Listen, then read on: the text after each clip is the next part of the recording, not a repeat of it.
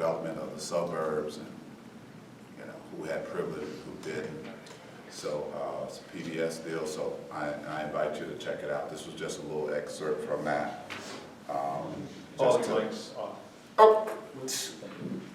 What's the title again? It's called Race, the Power of an Illusion. Power of the Illusion? Power of Illusion. Race, the Power of Illusion, right? I think I want to say it's a 5-part or 6-part series. Very good. All right, so we're going to move on. So we're going to just kind of debrief a little bit. And I've got some reflection questions that I would invite you to wrestle with at the table. But before we do that, just general kind of thoughts and observations in plenary now. What are your thoughts about the court's decision, about what it means to be white, the kind of changing target? I think I wanted to show this because I wanted to reinforce the statement that race is a sociological construct, that we made it up. And because we made it up, then it changes. It just kind of, as they said at the end, it's whatever the common white man says it is. But that's not just true for race.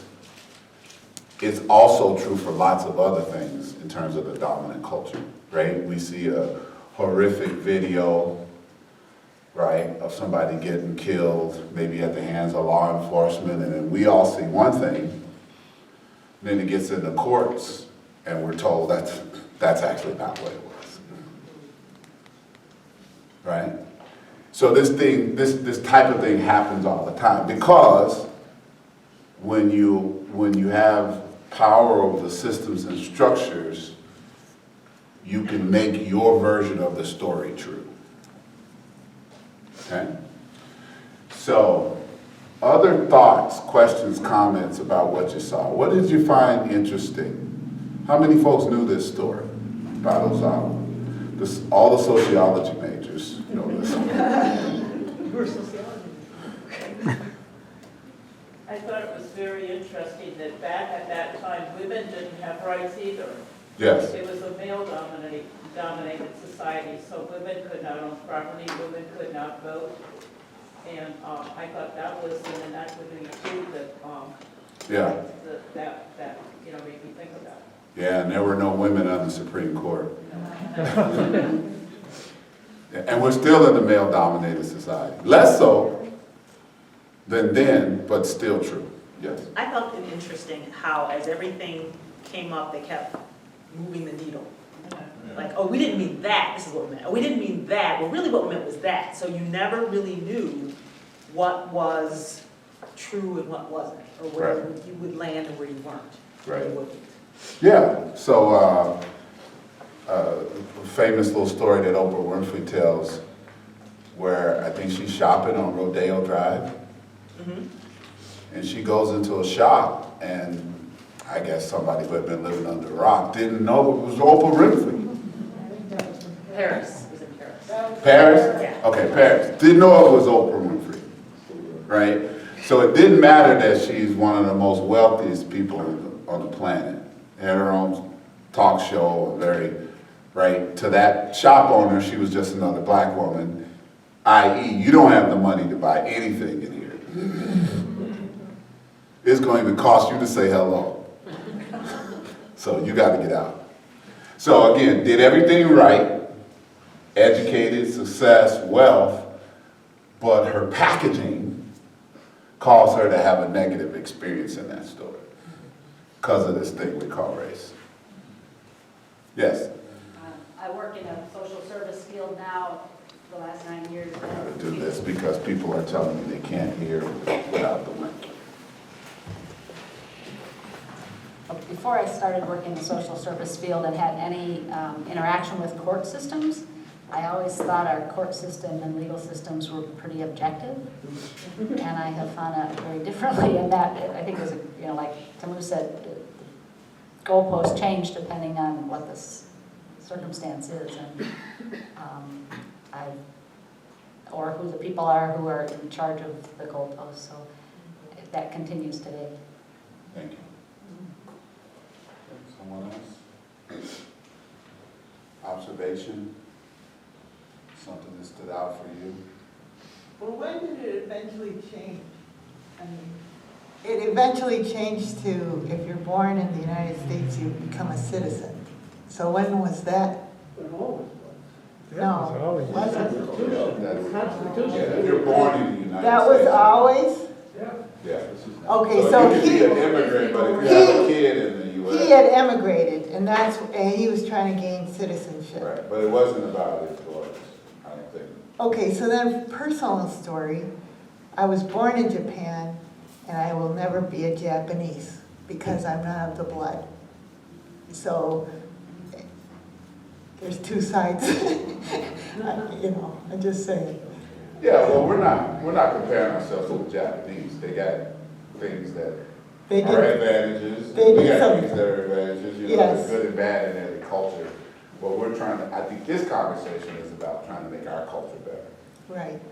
and more equitable and fair. Yeah. Anyone else? Okay, so I'd like for you to take a little time at your table and debrief. Start off with a feeling word. So that's the first thing you're gonna do. Don't go into a long speech. Give me a feeling word, like I feel sad, or I feel excited, or I'm not sure what I feel. So start off with just having a feeling word at the table, and then talk about what stood out for you in that little short clip and why it stood out.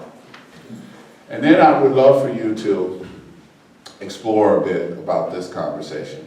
What did you learn in school, all levels, about race and racism? And the reason why I'm asking that question is because, as you all know, we're in this incredible debate today about something called critical race theory. Now, don't act like you haven't heard it. We've all heard it, right? And even though today isn't about critical race theory, that's not what we do. You know, it's this legal construct that, you know, was designed and set up. Folks have co-opted that legal construct that's been around since like the 80s and are now using that, my opinion now, to shut down conversations about things that we didn't learn about in school. Well, if you talk about the history of race in America, that's critical race theory, and I really don't want to hear it. I got race fatigue, so I'm just going to shut you down. Now, the same people, some of the same people who say that's critical race theory, I've started asking a question. Okay, you don't like critical race theory, I hear you loud and clear. Tell me what you're working on to advance race relations in America. Crickets. Crickets. Right? You can tell me what you're against, but you can't tell me what you're for. Then your argument is disingenuous.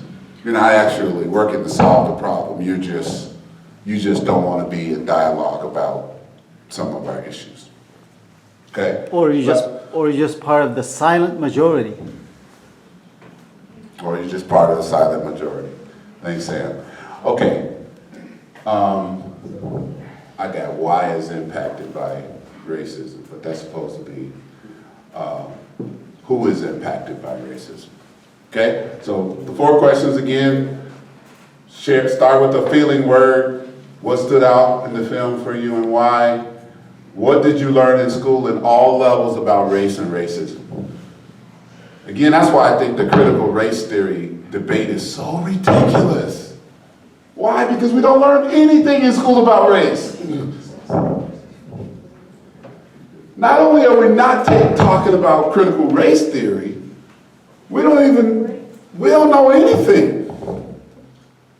We might get a unit in middle school about the civil rights era, and that's talking about Dr. King and Rosa Parks. Maybe.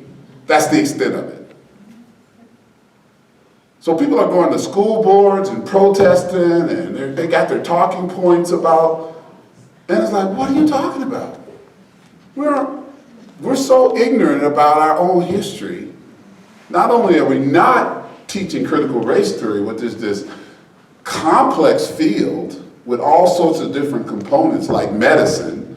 You could be an eye doctor, or a foot doctor, or a heart doctor. You could be a dermatologist. That's what critical race theory is like. All of these different subfields. But again, flatten it to one thing. Anyway, you can tell I get a little passionate about some of this stuff. And then who is impacted by racism? So that's what you're going to do at your table. I'm going to give you 10 minutes. So if you've had a lot of word count, maybe give up some space for somebody else to speak. 10 minutes. What's that? She asked when people born in the United States could be citizens. Yes. Okay, the lady asked when people born in the United States could be citizens. I did a quick thing because I knew it was an amendment. It was 1868 that we had the 14th Amendment allowing former slaves to be citizens. Prior to that, they were not citizens, they were born in the United States. So Not even you. yeah, that's right, that's right. So just to clarify that. No, that's not, that didn't apply to any blacks, it didn't apply to Native Americans or any. They weren't Right. born in America. So that didn't, No. Wait, I'm sorry, what did you say about? Born It in didn't freedom. apply to Native Americans how? Yeah, so this Google says be citizens of the United States. 14th Amendment granted former slave citizenship, promising equal protection of the laws passed by Congress. Yeah. So you're saying that one that you They were on a reservation. Exactly. They were born on a reservation. Yeah. They were living So, here all over the what I'm gonna invite us to do is not go down a rabbit hole. So you can go on Google and get the facts about who's a citizen and when the laws were passed. But for now, I'd love for you Some of to that stuff- tackle these 4 questions. I'm gonna give you about 10 minutes, so a little I bit did not know before about that case. 2 o'clock, I'm gonna invite you back. Petitioning. Yeah, I didn't know that.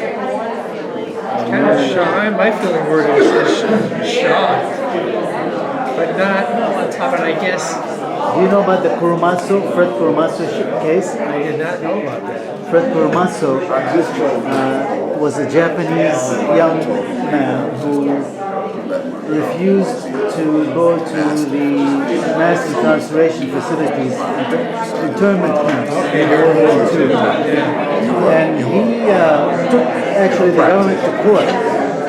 And he lost. He went to jail because he refused to go to the internment camp, claiming that I'm an American citizen. He was, and his families and his Japanese, comrades were ordered to go to the camps because of the war and all that at the time. And he refused, and he ran away, and he over time, he was caught or something. The story goes that he went to jail for it. And then after a while, he took the system, he went to court or something. And then they ruled against him. That no, if you were, in an emergency law or something, martial law, emergency situation, you would need to be in your camp or something. And that was an American citizen of his time, and I think it was President Bill Clinton in his presidency gave him the Medal of Freedom or something. So that's why I remember hearing about his story when I saw him receiving the Medal of Freedom. I read about it. That was interesting. Especially considering they were fighting Germany also, but the German people were put in jail because they were considered white. True. I think. Interesting. I'll bring this up. That's They interesting. were allowed to go fight against. They could be conscripted into the army.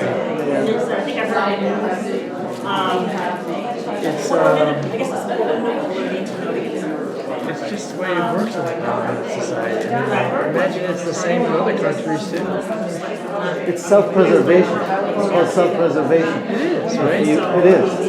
If you are part of a dominant society or a dominant culture or dominant race, and you see a threat coming towards your heritage or culture and system, then you act totally abnormal and try to protect who you are.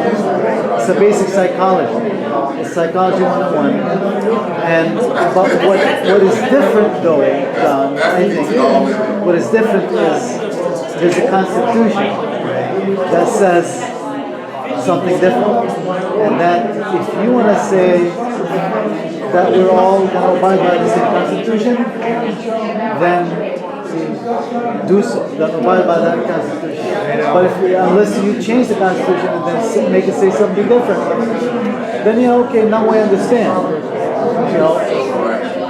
But if the constitution that you wrote and that you ratified and you agreed to says a specific, paragraph, then why not follow it? Then you have to go to the system so you can get the benefit of the country, right? And then who's ever running the court, which happens to be 9 white guys. Yeah. Now you're at a disadvantage. There's no woman. The average white guy would call. Yeah, there's no woman. The woman was at a disadvantage then anyways. Right. They didn't have rights. They couldn't vote. They couldn't inherit. Yeah. Everything was skewed towards the male gender, in society. Some of us have overturned that law. Because I might have to call you. Like, that's 2 minutes, I need to talk to you. And in my school, I never learned anything about This racism. last one is, We didn't have any. who is impacted by racism? That's a good answer. Even the racist is impacted by it. Yeah. I was impacted by racism. You guys learn about racism in school. Huh? When you guys went to school in Palestine, when did you learn about racism? So, if I translate the term, Did you even racism. have race? We learned it in a way that it says, now here's the difference. So there's a little bit of variance in the way they taught it. From what I recall, they taught it from a perspective of a religion. Remember, the society that I was born in, the community that I grew up in, every aspect of culture, I should say, not every, maybe most aspects of the culture or the customs come from the principles and the teachings of the religion. In this case, Islam. So there's no such thing as here's the Constitution. The Constitution becomes the Quran.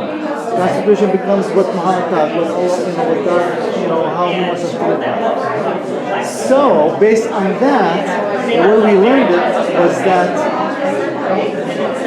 God created human beings, and all human beings are equal, irrelevant of nationality or color, specifically.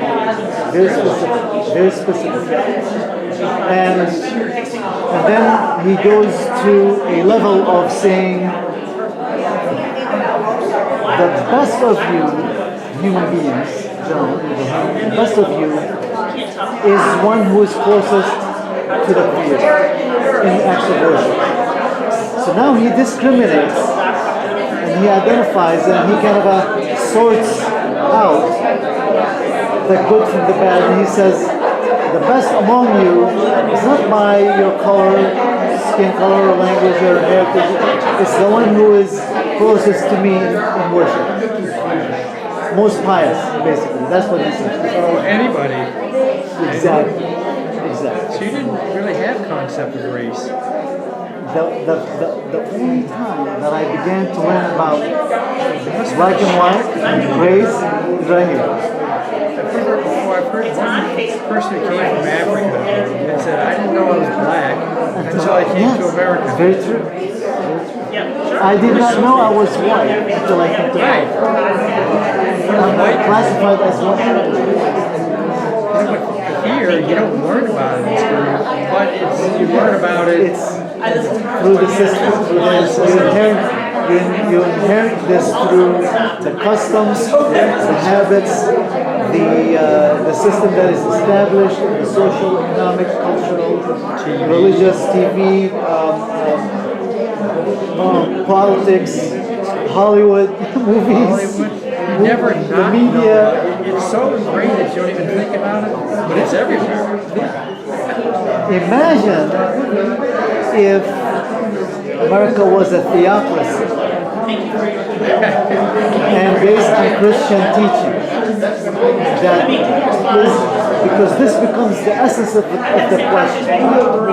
Is there any prejudice and discrimination in the Bible that preaches to discriminate among people of certain races or colors or anything like that? And that's what becomes the essential question. Because if it doesn't have it, that means if America is a theocracy, then it would have taught its inhabitants to be equal among all of them, as we believe Islam teaches. But in practice, even though the Bible says that, in practice, Christians don't practice that way. And neither some Muslims either. And that's because there's a reason for that too. The society still affects. It's the people involved in that society, how arrogant they become, how selfish they want their own things to be for themselves. They don't want someone else to benefit like they do. That is why we have 5% of the population control the economy of the 95%. And that's why you have this gap between the very rich and the very poor. And so it's the human being area. But if there's a force that controls that and applies the rules of God onto the human beings and the system, and they apply what the Bible says, then things will be probably different. Clap your hands once if you can hear me, twice if you can hear me, 3 times if you can hear me. Okay, so can't hear from everyone, but it'd be great to just get some pop-up harvest on this. Something that you heard at your table that you'd love to share with the whole group. Sam. I did not know I was white until I came to America. Say more. So I worked for a year in the Buffalo Board of Education as a teacher's aide first. Yes. And then there was a position that came up, and it was a technology education position, full-time position in teaching. And I applied for the position. Sorry. Oh, Thank you. yeah, sorry. Thank you. Stand still. Start with the beginning, Sam. All right. I'll face my audience. Okay. So I began my teaching career in Buffalo. Hey, brother. And I was a teacher's aide in Buffalo School number 45 in the West Side. And then at the time, I was trying to keep up with what's happening, teaching positions, and a position came up in the Buffalo Board of Ed as a technology teacher. So I went and applied for the position. And I get a call from the lady in the human resources, and she says, well, Mr. Qadri, we're sorry we can't offer you the position. I said, but why? I have my teaching certificate, I'm fully credentialed. And to my surprise, she says, well, the federal law says that you're white based on my, background and, birthplace of birth. I said, and? Okay, I'm waiting now for the punchline. And she says, well, this position is for a minority position. And we can't offer you the position because you're white. This is my experience, first-hand experience. Wow. And I didn't understand this whole dynamic. And again, for me, it became another cultural shock. So now I was classified as white, but I can't get this job because I'm white. Although I have full credentials, and then, of course, later on I get the position offer at Jamestown Public Schools. Where's Jamestown? And then I got introduced to Jamestown. So to me, I didn't know that I was white until I came to America and was denied a position in Buffalo Public, schools because I was white. Now, I thought I was, I don't know what, you know, I was a human being to me. Let's go with And- Olive. Right? Olive, yeah, I love olive. I'm an Eastern Mediterranean kind of guy, and and I'm thinking, so what? I didn't understand the concept of there is a specific number of positions that have to be offered to a minority group who happen to be possibly either, black or other minority groups that we have in the nation. But I was so disappointed, truly. And then later on, I began learning and understanding this was actually reverse discrimination against the whites in this country. Not knowing that it would impact me so much, but I was, inside of my heart, in my heart, I was really hurt because of that. Because I would have been, teaching full-time and getting the benefits and all. I didn't care whether white or, I wanted to teach, man, I wanted to work. But God worked it out, because if you wouldn't have got that job, if you got that job, you'd have been over there instead of being over here in Jamestown. Probably, yeah. So we won. I know. But that's my story. So it sounds like that was something that came up during the affirmative action era. So y'all remember the affirmative action That's what I'm era? trying to remember. I couldn't, yeah. Affirmative action. Yeah. So it was Yeah. an attempt to correct historical wrongs, but the implementation was bad. It actually ended up working against communities of color, because you'd have white guys show up and say, "Oh, you're only in this school because you're black, not because you earned the spot. You're smart enough, you're intelligent enough, or you're an executive at this organization because of affirmative action." So it ended up actually working against communities of color, and it did not actually advance things, because then you had situations where some whites would diminish and say, you didn't earn that spot. Paul, that's a perfect example. That's a perfect example in my thinking of what's wrong with the racist mindset. Right. Because if you start off, whether you are a carpenter or wallpaper room, but if you start off on one side and the room is off by a 1/4 inch, by the time you string all that wallpaper or that paneling, you need a 1 foot molding to cover it up. So when you start off wrong, when the system starts off wrong by having a system of human bondage, and refuses to give you any rights as a human being, you can't fix it. The dominant culture starts to do all these things to fix it, and it gets worse and worse and worse. So it gets to the point where Sam Condra gets caught up in that mess. Right. You can't fix it. Right. Affirmative action didn't fix anything. No, it didn't. It made it worse. Didn't fix anything. It made it worse. You need a big molding now to cover up that mess. Yeah. So I was talking to a covenant pastor doing an IDI some weeks ago, and I just started riffing on some stuff like I did today. And I said, when your ancestors, he's a white brother, I said, when your ancestors came here, they weren't white. And he was like, what'd you say? I said, when your ancestors came here, they weren't white. Right. Everybody who is considered white today, when their ancestors came here, they weren't white. They were Polish or Irish or Italian or whatever. And to actually get the benefits of whiteness, you had to stop talking in Italian. You had to stop talking in Polish, because this society required assimilation, right? And that's one of the challenges. So a lot of people who came here, they discovered that they were white, not just you. Because that's what a socialized, racialized society requires, right? We don't want you to be Irish. We don't want you to be Swedish. We want you to be white.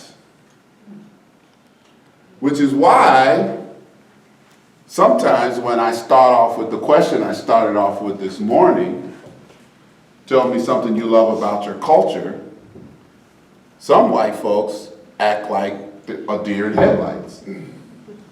What? What do you mean? What do you mean culture? I never thought about it. Well, how could that happen? That could happen because all of the culture and ethnicity that your forebears brought to the shores, that's been wiped out. And now, what we want you to pay attention to is being white.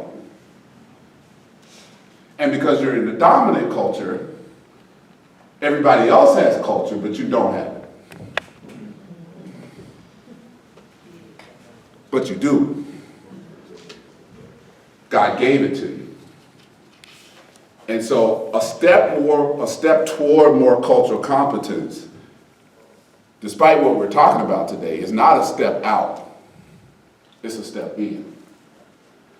A step toward more cultural competence is a step in. It's reclaiming and rediscovering who I am. Who are my people? Where do they come from? What makes me a cultural being? What are the things that make me just like that Asian guy? I have an orientation to time. I have something I learned about conflict or communication style. Right? Or the games I played when I kid. These are all culturally informed things. And when you can embrace the fact that you're a cultural being and you're aware of all the cultural nuances that make you you, now you've got pathways that you can use to build relationships across culture. But if you don't think you're a cultural being, you stop at the fact that, hey, that guy doesn't look like me. That girl doesn't look like me. We have nothing in common. That's the lie from the enemy. We've got a lot of stuff in common. But staying divided works for a racialized society, but that's not how we were born. That's not how we were created, right? I'm gonna say something like super shocking. Jesus looked a lot more like Sam. Yes.